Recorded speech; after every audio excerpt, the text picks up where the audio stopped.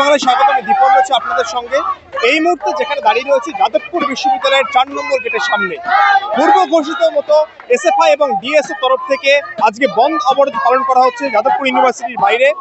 শনিবারের যে ঘটনা আমরা দেখেছিলাম শিক্ষামন্ত্রী ব্রাত্য বসুকে কেন্দ্র করে, আশাকে কেন্দ্র করে, সেখানে আমরা দেখেছিলাম যে একটি ছাত্র আহত হয়েছে এবং তার পাশাপাশি আরো বেশ কিছু ছাত্র আহতের ঘটনা ঘটেছে।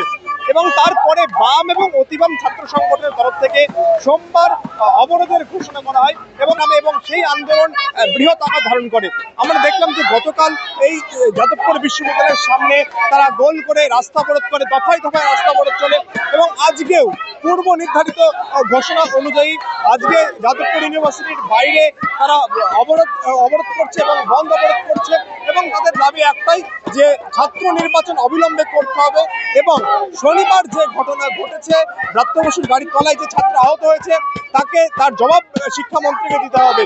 আমরা শুনে নেব একজনের কাছ থেকে, আপনারা মূলত আজকে কেন আবার অবরোধের সিদ্ধান্ত নিলেন বিশ্ববিদ্যালয়ের বাইরে? দেখুন, গত 1 মার্চ একজন প্রতিবাদী ছাত্রের উপর শিক্ষামন্ত্রীর কনভয়ের চাকা চলে গেছে এবং সেই ছাত্রটি তার ন্যায্য দাবি সেখানে প্রদর্শন করছিল। সে বলছিল তার দাবি কি, যে আজকে কলেজ ক্যাম্পাসে দীর্ঘদিন ধরে ছাত্র সংসদ নির্বাচন নেই, আজকে বিশ্ববিদ্যালয়গুলিতে উপাচার্য নেই এবং যেখানে কার্যত ফিস বাড়ছে এইরকম এবং উচ্চশিক্ষার উপর শাসক শ্রেণীর যে আক্রমণ আসছে তারই প্রতিবাদে এবং সে তার যখন কথা সেখানে বিক্ষোভ সেখানে প্রদর্শন করছিল, সেই ছাত্রটি কি পেল, যে খোদ শিক্ষামন্ত্রীর গাড়ির চাকা তার গায়ের উপর দিয়ে গেল। তাহলে আজকে এই আক্রমণ কার উপরে?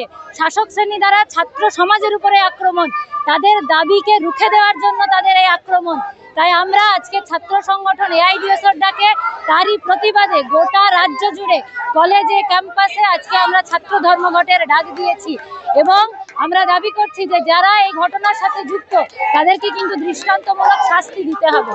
এই দাবিতে তারা করছে, স্লোগান শাউটিং করছে এবং আমরা দেখতে পাচ্ছি এখানে প্ল্যাকার্ডে লেখা আছে যে দার্জিলিং থেকে মেদিনীপুর রাজ্য জুড়ে প্রতিবাদী ছাত্রদের ওপর পুলিশ ও তৃণমূল বর্বরতাকে ধিক্কার জানাচ্ছে এআইডিএসও।